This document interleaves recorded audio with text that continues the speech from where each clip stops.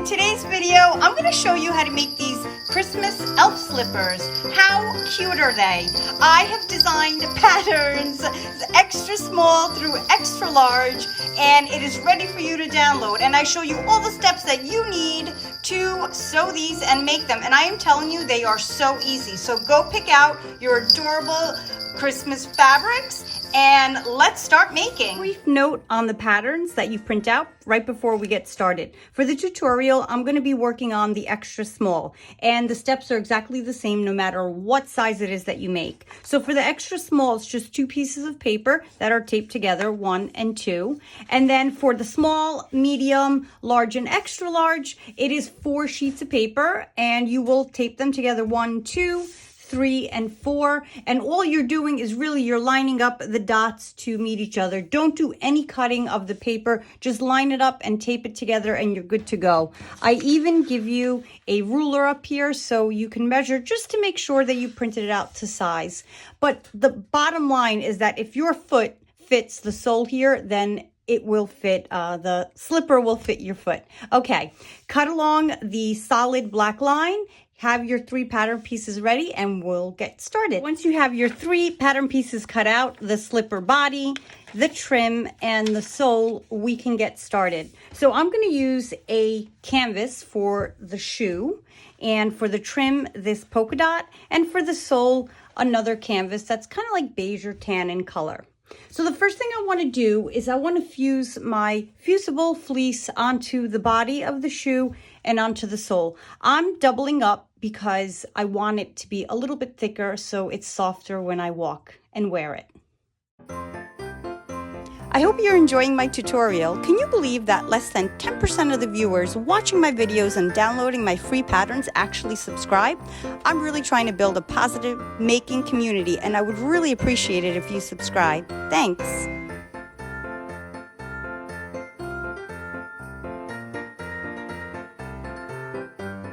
Fused, we are ready to cut out the paper pattern. So I'm making 1 slipper here. You will double it, do it twice to make both of your slippers. So I'm always going to cut on the wrong side, pin and cut.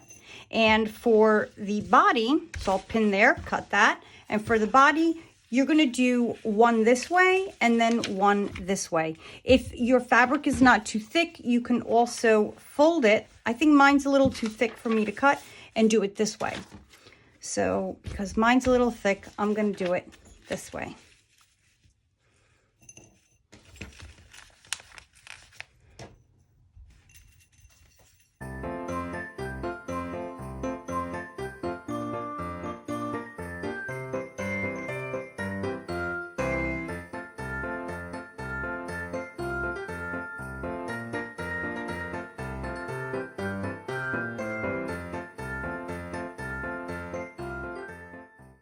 Slipper body and the sole cutout, we're going to move on to the trim. So for my trim, I'm just using a plain cotton that's printed, and what I'll do is fold it in half, right sides together, and I'll lay the pattern right on top, pin it, and cut it out.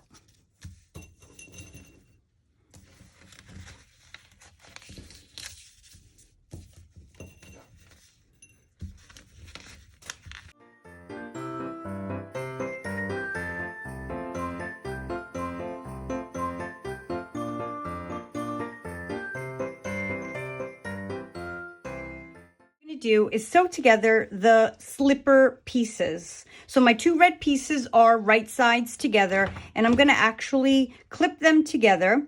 And once they are all clipped together, what I'm going to do is I'm going to sew using a 1/4 inch seam allowance, and I'm going to be using black thread just so that you can see my sewing line. And I'm going to sew down the side here following the curves, and I'm going to stop, so I'll back stitch on the top and the bottom, and then I'm going to start sewing from this point and go all the way around this curve and come down to here and back stitch. So I'm leaving the top open and the bottom here where the sole goes open.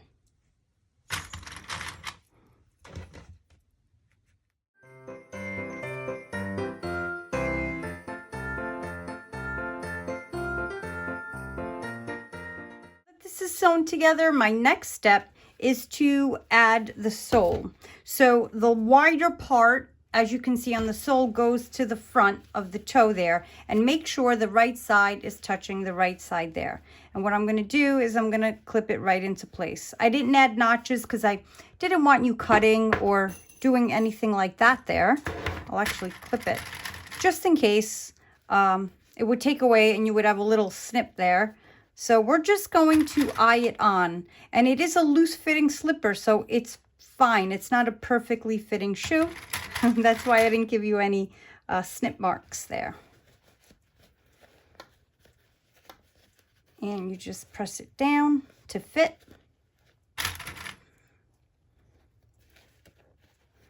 And here too, if it seems too big, it's not, just press it in, because it is like a booty. I call it a slipper, but it is kind of like a booty.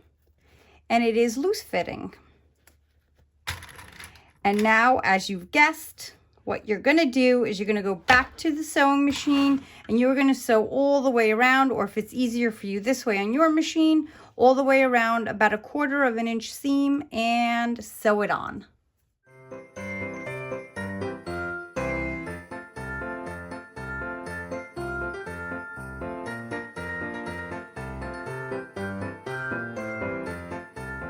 It's sewn on. What you're going to do is you're going to turn it right side out. And as you're turning it right side out, you may want to have some sort of turning instrument or tool, and I just use a simple chopstick to actually push out the point. And look at how great that looks. You can use your fingers, or you can just grab your chopstick.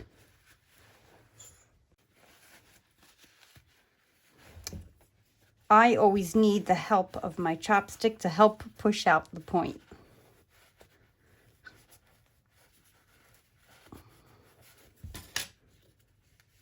Sometimes I stick it in through the front there and I kind of pop it out this way.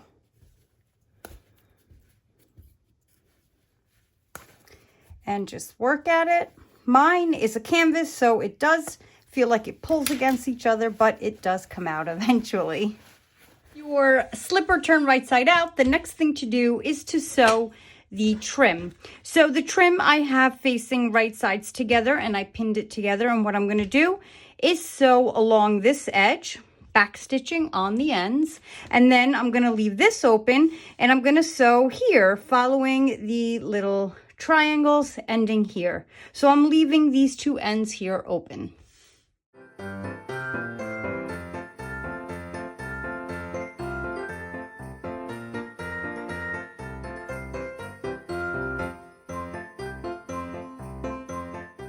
I've sewn this together. I started snipping off the points here so that they turn much better when we turn this right side out. And on these little peaks here, I am just snipping really close to the seam so that they turn much neater without tugging. Okay, and from here, what you're going to do is you're going to turn this right side out from either end. Again, I'm going to be using my chopstick when I need it.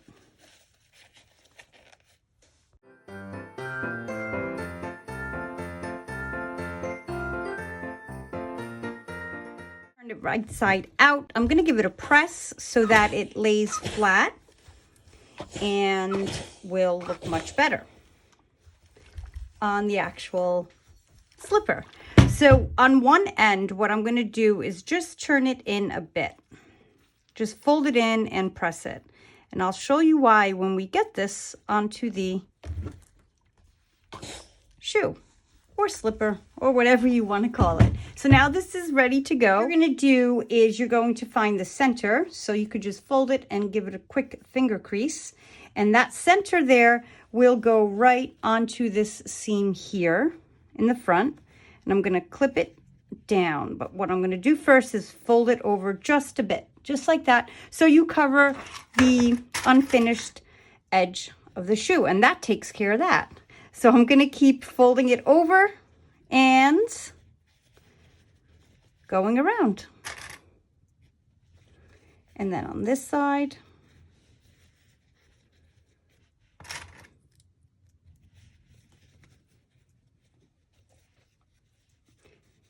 And then this this edge will feed into the cleaner edge.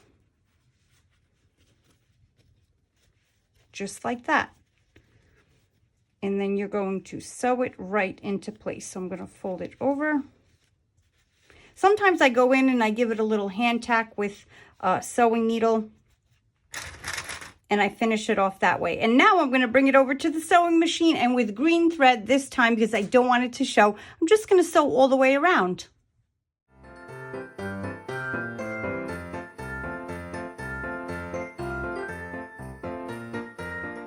We are almost there. Of course, you can call your slipper finished right here, but I want to add jingle bells all around these points here. And if you want, you can even add something here. I like to leave it just as is because it just shows off more, and I love that. So what I'm going to do now with my needle of button thread is I'm going to add these really noisy jingle bells. I love these because they just make an extra amount of noise. Love, love, love. Who knows, maybe as I'm wearing them, I will get annoyed and actually take them off. Let's see. And I will attach them on just with my needle and thread, and I'll give them a few tacks this way.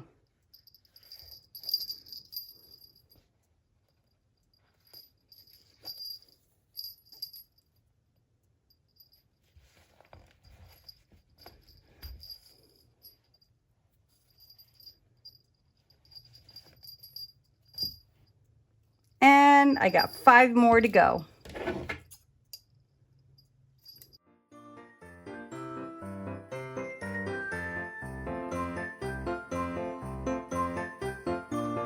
And that's it. That's how you make your very own custom Christmas elf slippers.